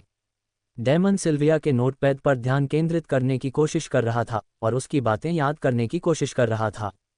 फिर भी उसका ध्यान बार बार मार्कस फेजॉय पर जा रहा था, जो दूर कोने में अकेला बैठा धीरे से कुछ बुदबुदा रहा था। आमतौर पर डेमन उसके शब्दों को समझ नहीं पाता, लेकिन उसने मार्कस के साथ अपनी परछाई जोड़ने की आज़ादी ले ली थी। इससे वह सब कुछ ऐसे सुन और देख पा रहा था मानो उसके बगल में बैठा हो। पहले तो उसे जो पता चला उससे वह पीला पड़ गया, लेकिन जल्द ही उसके चेहरे पर एक चालाक मुस्कान आ गई। मार्कस घबराया हुआ था, यहाँ तक कि डरा हुआ भी। लड़के ने खुद को यकीन दिला लिया था कि डेमन किसी राक्षस की तरह है जो उस बाधा के पार से आया है, दुष्ट जंगल से आया एक काला जीव जो डेमन ग्रे का भेष धारण किए हुए है। वह इससे अधिक गलत नहीं हो सकता, डेमन ने अपनी हंसी दबाते हुए सोचा। कोई बात नहीं, मैं तो बस उसके पागलपन को हवा दूंगा। एक विचार आते ही उसकी मुस्कान और चौड़ी हो गई। अच्छा हुआ कि मैंने कुछ एट्रैक्स खरीद लिया, मैं उससे उसे पागल कर सकता हूँ। इससे भी अच्छी बात यह है कि मैं शापित अयस्क से बने अपने तीरों से धीरे धीरे उसका दिमाग खराब कर दूंगा। डेमन पीछे झुक गया, उसकी मुस्कान धीरे धीरे दृढ़ संकल्प में बदल गई। जरूरत पड़ने पर जान से मारने के विचार से वह सहमत हो चुका था, लेकिन अब उसे एक अलग रास्ता दिखाई दे रहा था। जब मार्कस फेजॉय जैसे बदमाश मौजूद हैं, तो बेगुनाहों को निशाना बनाकर अपनी मेहनत क्यों बर्बाद की जाए। अब उसके पास एक प्रशिक्षु थी, आइरिस। इसका मतलब था कि उसे एक आदर्श की तरह व्यवहार करना होगा, है ना? मार्कस की लिखावट पर अपनी परछाई गड़ाए डेमन को मार्कस के लिखे नोट साफ दिखाई दे रहे थे। सुबह से ही वह मार्कस की लिखावट की नकल करने का अभ्यास करने के लिए सिल्विया के नोटपैड का इस्तेमाल कर रहा था। अब वह उसे बखूबी दोहरा सकता था, छोटे से छोटे मोड़ और खूबसूरती से। डेमन ने नोटपैड बंद करते हुए आह भरी। मार्कस फेजॉय अकादमी में मेरा पहला दुश्मन था। अफसोस की बात है कि वो सबसे आखिर में मरेगा, जब मैं उसे पागल कर दूंगा। उसने अपनी परछाई को वापस बुलाया। वह मार्कस से बिना देखे ही खिसक गई और डेमन के पास लौट आए और उसे धीरे से अंगूठा दिखाया, मानो कह रही हो, मिशन पूरा हुआ। मेज पर सिर टिकाते ही उसे एक जम्हाया आए। दिन भर के उसके उद्देश्य पूरे हो चुके थे और क्रॉफ्ट की अप्रत्याशित बुद्धिमत्ता की बदौलत वह अपनी योजनाओं को गति दे सका। क्रॉफ्ट सिल्विया के लिए एक और काम से लौटा और अपनी चोंच से एक चिट्ठी गिराकर डेमन के सिर पर बैठ गया। लड़का हिला तक नहीं, वह पहले ही सो चुका था। लियोना ने नज़र घुमाई और देखा कि डेमन का सिर मेज पर टिका हुआ है। उसकी आंखों पर पट्टी बंधी हुई थी, इसलिए उसे यह समझने में एक पल लगा कि वह सो रहा है। हालांकि उसने उसे जगाया नहीं, बल्कि वह बस मुस्कुराए और उसे आराम करने दिया। हरे बालों वाली लंबी कदकाठी की महिला प्रोफेसर ने अपनी बात समझाना बंद कर दिया क्योंकि उनकी पैनी नज़रें कक्षा के कोने में डेमन की स्थिर आकृति पर टिक गईं। उनकी भौहें झुंझलाहट से सिकुड़ गईं। क्या कोई मुझे बता सकता है कि मदावास का शहर कैसे नष्ट हुआ? उसने अधीर स्वर में पूछा। कुछ हाथ उठे, सिल्विया भी उनमें शामिल थी। उसने बेशक इस विषय पर खूब पढ़ा था, लेकिन प्रोफेसर की नज़रें उनसे हट गईं। उसके हरे बाल उसके कंधों पर गिर रहे थे और उसने कमरे के पीछे की ओर इशारा किया। पब फ्यूचर विज्ञापन, तुम वहाँ पीछे हो, मुझे बताओ। डेमन ने कोई हलचल नहीं की। वह अपनी सीट पर दुबका हुआ गहरी नींद में सोता रहा। लियोना की आंखें उसकी ओर घूम गईं, उसके होंठ एक पतली रेखा में दब गए। बिना किसी हिचकिचाहट के उसने अपनी कोहनी उसकी पसलियों में घुसा दी। तेज दर्द से वह चौंक कर जाग गया। आउच, डेमन ने धीरे से बुदबुदाया। उसकी आंखों पर अभी भी पट्टी बंधी हुई थी। परछाइयाँ, जो उसकी इंद्रियों का विस्तार थीं, जल्दी से कक्षा पर केंद्रित हो गईं। लियोना उसके करीब झुकी और फुसफुसाते हुए तेजी से बोली। डेमन ने अपना सिर झुकाया, दूसरी बार उसकी बातें सुन लीं। हार मानकर वह खड़ा हो गया और लापरवाही से अपने बाल पीछे कर लिए। पवित्र साम्राज्य का मदावास का शहर है ना? उसकी आवाज़ में आत्मविश्वास की झलक थी। तुमने अभी तक उस पर बात नहीं की है। प्रोफेसर एमराल्डा की पन्ने जैसी आंखें सिकुड़ गईं, उनके होंठों पर हल्की सी मुस्कुराहट आ गई। और अगर तुम ध्यान नहीं दे रहे होते तो तुम्हें कैसे पता चलता? डेमन ने शांत मुस्कान के साथ उसकी तरफ देखा। वह साफ तौर पर उसे नीचा दिखाने की कोशिश कर रही थी, लेकिन दुर्भाग्य से वह तैयार था। यह अकादमी में उसके पहले दिनों जैसा नहीं था जब मार्कस ने उसे गलत विषय पढ़ने के लिए बहकाया था। जवाब है आग, डेमन ने स्थिर स्वर में कहा। शहर आग से नष्ट हो गया। एमराल्डा की मुस्कुराहट बनी रही, यद्यपि उसकी जिज्ञासा जागृत हो गई थी। और वास्तव में यह आग से कैसे नष्ट हुआ? डेमन ने अपने बालों को सीधा किया और अभ्यास के साथ पीछे की ओर ब्रश किया।